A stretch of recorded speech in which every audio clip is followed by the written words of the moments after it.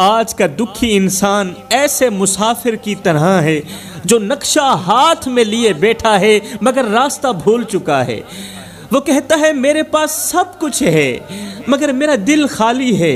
اور یہی خالی پن اس بات کی گواہی دیتا ہے کہ دل کی جگہ غلط چیزوں سے بھر دی گئی ہے۔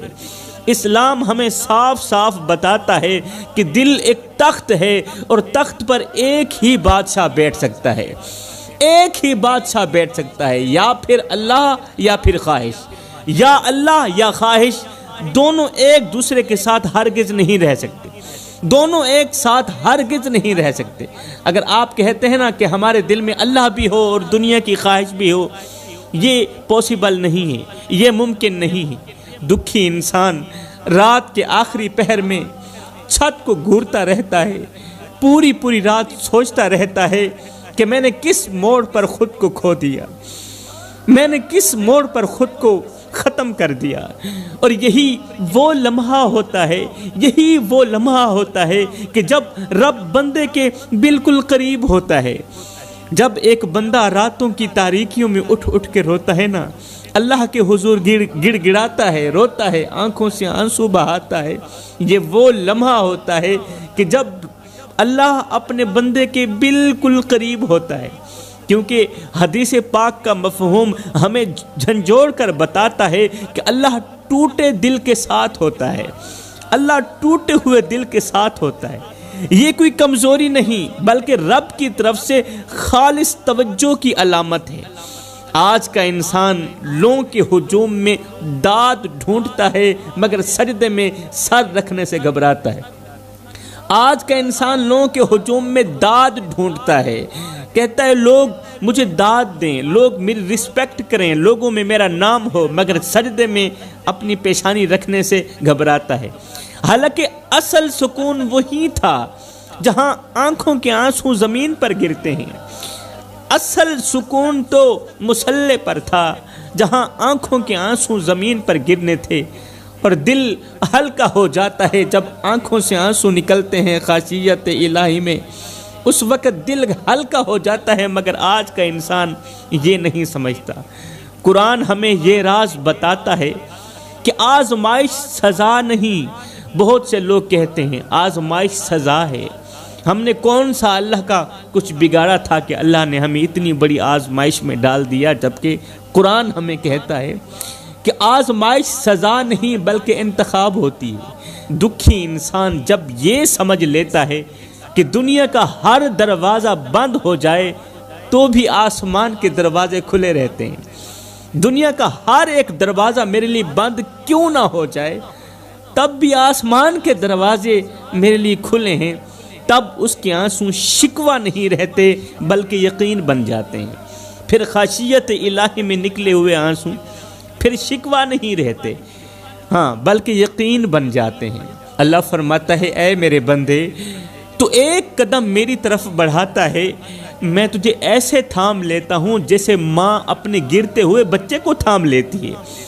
تو سمجھتا ہے تیری نیکی چھوٹی ہے، جب تو نیکی کر رہا ہوتا ہے نا تو یہ سمجھ رہا ہوتا ہے کہ میری نیکی بہت ہی چھوٹی ہے۔ تو یہ سمجھتا ہے کہ تیری نیکی چھوٹی ہے، تیرا عمل چھوٹا ہے، مگر میری رحمت تیری ایک چھوٹی سی نیکی کو پہاڑ کے برابر سمجھتی ہے، تیری ایک چھوٹی سی نیکی کو میری رحمت پہاڑ کے برابر سمجھتی ہے۔ تو ایک روٹی کسی بھوکے کو دیتا ہے اور بھول جاتا ہے، تو جب ایک روٹی کسی سائل کو دیتا ہے نا، کسی یتیم کو دیتا ہے نا، کسی غریب کو، کسی بھوکے کو ایک روٹی دیتا ہے نا اور بھول جاتا ہے، مگر میں اس روٹی کو تیرے لیے ایسے محفوظ کر لیتا ہوں، ایسے محفوظ کر لیتا ہوں جیسے کوئی بہت بڑا خزانہ چھپایا جا رہا۔ تو دیکھتا نہیں ہے کہ جب ایک کسان بیج کو مٹی کے حوالے کر دیتا ہے تو کچھ دن اسے کچھ نظر نہیں آتا، جب ایک کسان ایک بیج کو مٹی کے اندر پھینکتا ہے، ڈالتا ہے، مٹی کے حوالے کر دیتا ہے تو کچھ دن کسان کو کچھ بھی نظر نہیں آتا، مگر زمین کے اندر ہی اندر وہ دانہ پھٹتا ہے، جڑیں بنتی ہیں، پھر سبزہ نکلتا ہے، پھر فصل اگتی ہے۔ بالکل ایسے ہی جب تو دو میرے بندوں کے درمیان صلح کرواتا ہے، اس مثال کے بعد اللہ فوراً ہی فرماتا ہے بالکل ایسے ہی جب تو دو میرے لڑے ہوئے جھگڑے ہوئے بندوں کے درمیان صلح کرواتا ہے نا تو فوراً نتیجہ تجھے نظر نہیں آتا، فوراً نتیجہ تجھے نظر نہیں آتا، فوراً یہ نیکی تجھے نظر نہیں آتی، مگر تیرے مقدر کے اندر رحمت کی جڑیں بننا شروع ہو جاتی ہیں، اور پھر ایک دن ایسا آتا ہے کہ تو حیران رہ جاتا ہے کہ یہ خیر آئی کہاں سے ہے۔ اللہ فرماتا ہے میرے بندے تو ایک آنسو میری خاطر گراتا ہے، میں اس ایک آنسو کے بدلے تیرے دل کا بوجھ ہلکا کر دیتا ہوں۔ اللہ فرماتا ہے میرے بندے تو ایک آنسو میری خاطر گراتا ہے نا، خاشیت الہی میں جب تو ایک آنسو گراتا ہے تو میں تیرے اس ایک آنسو کے بدلے تیرے دل کا بوجھ ہلکا کر دیتا ہوں، کیونکہ دل کا ہلکا ہو جانا، دل کا بوجھ ختم ہو جانا اور دل کو قرار آ جانا یہ وہ نعمت ہے جو نہ بازار میں ملتی ہے نہ خزانے سے خریدی جا سکتی ہے، لیکن جب تو ایک آنسو بہاتا ہے، تیرا ایک آنسو، تیری آنکھوں سے نکلا ایک آنسو تیرے دل کا بوجھ ہلکا کر دیتا ہے۔ کیا تو دنیا میں دیکھتا نہیں ہے کہ کسی کے پاس دولت کے انبار ہوتے ہیں مگر سکون نہیں ہوتا، محل ہوتے ہیں مگر دل بے قرار ہوتا ہے، دل بے قرار رہتا ہے، خزانے بھرے ہوئے ہوتے ہیں مگر سینہ بوجھ تلے دبا ہوا ہوتا ہے، سونے کے پلنگ بچھے ہوتے ہیں مگر پوری پوری رات کروٹیں بدلتی رہتی ہیں، سونے کے پلنگوں کے اوپر بھی نیند نہیں آتی، پوری پوری رات کروٹیں بدلتی رہتی ہیں، پوری پوری رات نیند آنکھوں سے روٹھ جاتی ہے۔ پھر وہ لوگ حکیموں طبیبوں کے دروازے کھٹکھٹاتے ہیں، روتے ہیں، کہتے ہیں کوئی نسخہ دو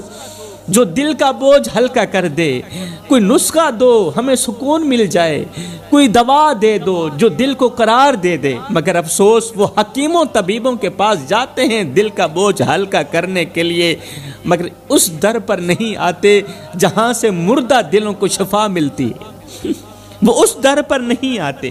جہاں سے مردہ دلوں کو شفا ملتی ہے، پریشان حال لوگوں کو سکون ملتا ہے، وہ اس چوکھٹ پر نہیں آتے جہاں آنسو دوا بن جاتے ہیں اور اداسیاں سکون میں بدل جاتی ہیں۔ اس لیے میں کہتا ہوں میرے بھائیو، زندگی میں جب کوئی پریشانی آئے، جب کوئی مصیبت آئے، جب کوئی آزمائش آئے تو خدارا تکیے پہ رونے سے بہتر ہے سجدوں پر رو لیا کریں، اس سے اللہ بھی راضی ہو جائے گا، تمہاری پریشانی بھی ختم ہو جائے گی۔ میرا اللہ فرماتا ہے اے میرے بندے، لوگ سکون کو چیزوں میں ڈھونڈتے ہیں، لوگ سکون کو پیسوں میں ڈھونڈتے ہیں، لوگ سکون کو مال میں ڈھونڈتے ہیں، اور تو نے مجھے آنسو میں ڈھونڈا ہے۔ لوگ دنیا بھر کے شور میں، دنیا کے میلوں میں دل کا بوجھ ہلکا کرنا چاہتے ہیں، اور تو رات کی خاموشی میں رب کو پکار کر دل کا بوجھ ہلکا کرتا ہے۔ یہی فرق ہے دنیا کے راستے اور میرے راستے میں۔ وہاں تھکن بڑھتی ہے، دنیا کے میلوں میں تھکن بڑھتی ہے، اور یہاں دل ہلکا ہو جاتا ہے، اور جب دل ہلکا ہو جائے، جب دل کو سکون مل جائے تو انسان کو سمجھ آ جاتی ہے کہ اصل دولت سکون ہے، اور سکون صرف میں رب کے در سے ہی ملتا ہے، سکون صرف خاشیت الہی میں آنسو بہانے سے ہی ملتا ہے، سکون صرف اپنی پیشانی کو اللہ کے حضور جھکانے سے ہی ملتا ہے۔ اللہ فرماتا ہے اے میرے بندے، میں جانتا ہوں تو راتوں کی تاریکیوں میں اٹھ اٹھ کے روتا ہے، اور تیرے آنسوں کی آواز بھی کسی کو سنائی نہیں دیتی، میں جانتا ہوں، مگر یاد رکھ جو آواز کسی کو سنائی نہیں دیتی نا، وہ آواز میرے عرش تک ضرور پہنچتی ہے۔ تو سجدے میں سر رکھ کر خاموشی سے روتا ہے اور سمجھتا ہے کہ شاید کوئی نہیں دیکھ رہا، شاید کوئی نہیں سن رہا، مگر میں دیکھ رہا ہوتا ہوں، میں تیرے دل پر کیا گزر رہی ہے سب کچھ دیکھ رہا ہوتا ہوں، میں سن رہا ہوتا ہوں، میں جانتا ہوں کہ کس زخم نے تجھے مسکرانا بلا دیا، کس صدمے نے تیری راتوں کی نیند اجاڑ دی، تو جن دروازوں پر ٹھکرا دیا گیا میں رب وہ دروازے بھی جانتا ہوں، ان میں بسنے والوں کو بھی جانتا ہوں، تو ہر رات یہ سوچ کر سوتا ہے کہ شاید کل بھی وہی دکھ ہوگا، شاید کل بھی وہی رونا ہوگا جو آج ہے، شاید اگلی رات بھی میری آنکھوں میں آنسو ہوں گے، شاید اگلی رات بھی میرے بچے بھوکے سوئیں گے، مگر اے میرے بندے میں تیرے کل کو اس طرح بدلوں گا کہ تیرا آج بھی شرما جائے گا، اور جب میں تجھے دوں گا تو تو کہے گا اللہ میں نے تو اتنا مانگا بھی نہیں تھا، میں نے تو اتنا مانگا بھی نہیں تھا، اتنا کچھ مجھے دے دیا۔ اے میرے بندے جب تو یہ کہے گا تو تب میں کہوں گا اے میرے بندے جو تو نے مجھ پر بھروسہ کیا تھا نا، یہ سب اسی بھروسے کا بدلہ ہے، یہ سب اسی بھروسے کا نتیجہ ہے۔ بس رو، دل کھول کر رو، خشیت الہی میں رو، کیونکہ جو بندہ میرے سامنے روتا ہے پھر میں اسے کبھی دنیا والوں کے سامنے رونے نہیں دیتا، پھر میں اسے در بدر رونے نہیں دیتا، پھر میں اسے اپنے سامنے ہی رونا پسند کرتا ہوں۔ جو بندہ میرے آگے ہاتھ پھیلاتا ہے پھر میں اسے کسی کا محتاج نہیں کرتا،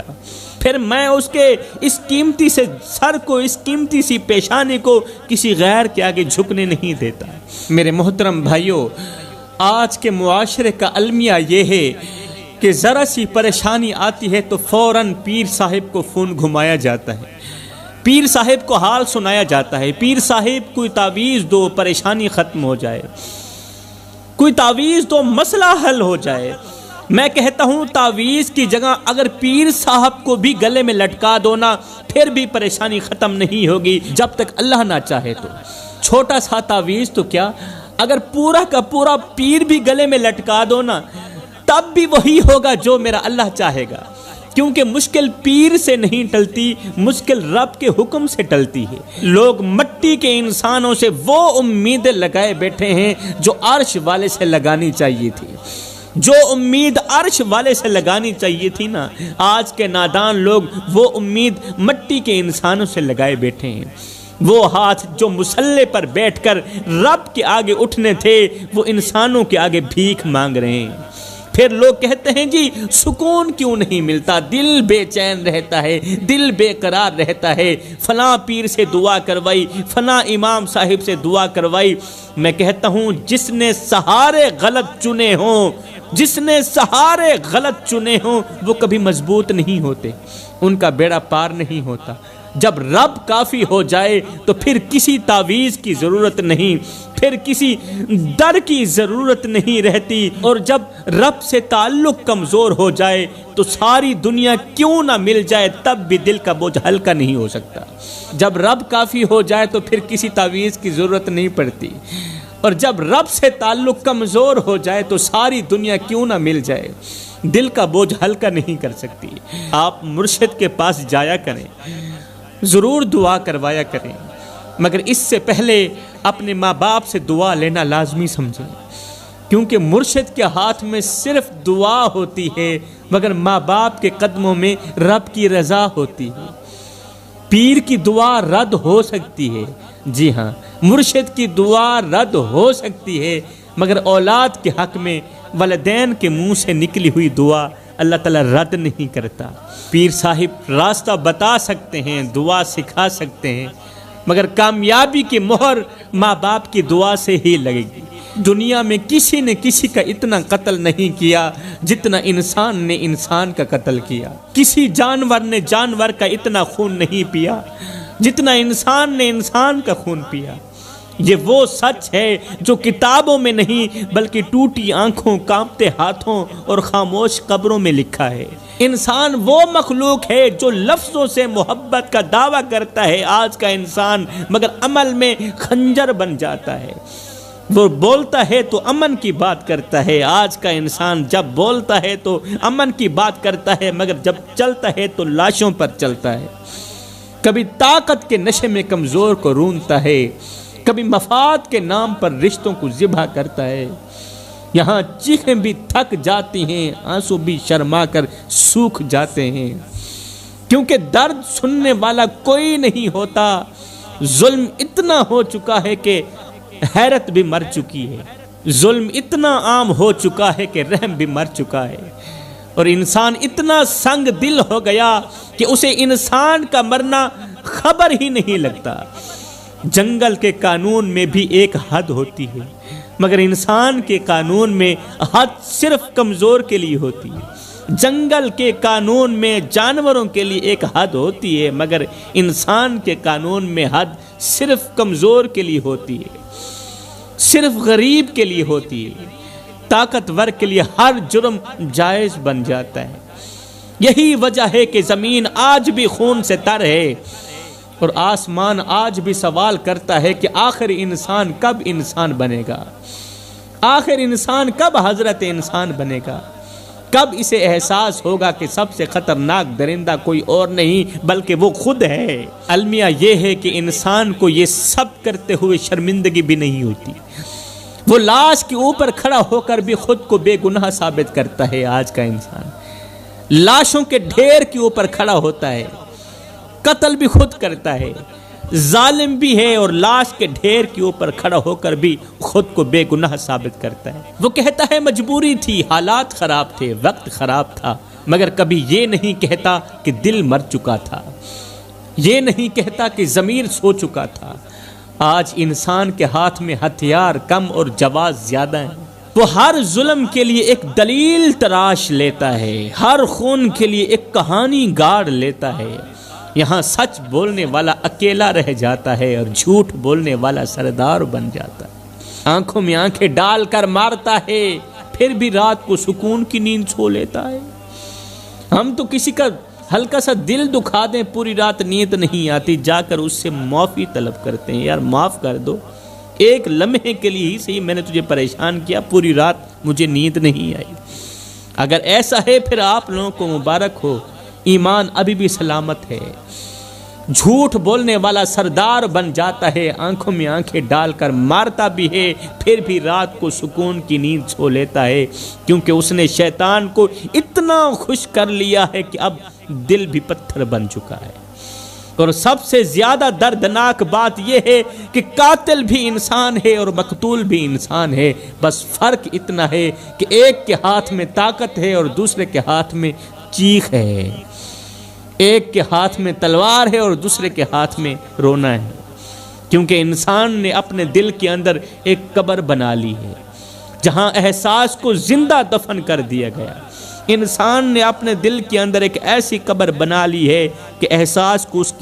اس قبر کے اندر زندہ دفن کر دیا ہے، رحم کو اس قبر کے اندر زندہ دفن کر دیا ہے۔ وہ سامنے تڑپتے وجود کو دیکھ کر بھی نظریں چرا لیتا ہے، کیونکہ اسے صرف اپنی راحت عزیز ہے، اسے صرف اپنا سکون عزیز ہے۔ یہاں مرنے والا اکیلا نہیں مرتا بلکہ اس کے ساتھ انسانیت بھی دم توڑ دیتی ہے۔ پھر لوگ کیا کرتے ہیں؟ لوگ ہنستے رہتے ہیں، تماشا دیکھتے رہتے ہیں، تالیاں بجاتے رہتے ہیں، کامیابی کا جشن مناتے ہیں۔ یہ وہ زمانہ ہے جہاں خون بہانے والا باعزت ہے، بری ہے، اور جس کا خون بہایا گیا وہ مجرم ہے، اور اس مجرم کی چیخیں وقت کے شور میں دب جاتی ہیں، اس کے آنسو مٹی میں جذب ہو جاتے ہیں، اور دنیا آگے بڑھ جاتی ہے جیسے کچھ ہوا ہی نہ۔ اے خود کو خدا سمجھنے والے رک جا، رک جا، وہ وقت دور نہیں، وہ وقت آنے والا ہے جب ایک بہت بڑی عدالت لگنے والی ہے۔ وہاں نہ طاقت کام آئے گی، نہ عہدہ کام آئے گا، نہ زبان چلے گی، نہ جواز ہوگا، وہاں صرف اعمال ہوگی۔ وہاں چیخیں گواہی دیں گی، وہ چیخیں جنہیں تم نے کمزور سمجھ کر کچل دیا تھا، وہ چیخیں گواہی دیں گی، وہ چیخیں تمہارے لیے جہنم کے تمام دروازے کھول دیں گی۔ وہ آنسو جنہیں تم نے ڈرامہ کہہ کر جھٹک دیا، اس دن تخت الٹ جائیں گے۔ وہ وقت دور نہیں، وہ وقت قریب ہے۔ اس دن تخت الٹ جائیں گے اور فیصلے پل بھر میں ہوں گے، ایک سیکنڈ کے اندر ہوں گے، ایک سیکنڈ کے اندر جزا دی جائے گی، سزا دی جائے گی۔ اس لیے میں کہتا ہوں خدا را میرے بھائیو، جب بھی مرنا مظلوم بن کر مرنا، ظالم بن کر مت مرنا۔ اگر ظالم بن کر مرو گے تو قیامت کے دن حجاج بن یوسف کے ساتھ اٹھائے جاؤ گے، اگر ظالم بن کر مرو گے تو قیامت کے دن فرعون کے ساتھ، نمرود کے ساتھ اٹھائے جاؤ گے، یزید کے ساتھ اٹھائے جاؤ گے، اور اگر مظلوم بن کر مرو گے تو قیامت کے دن مولا حسین کے ساتھ اٹھائے جاؤ گے۔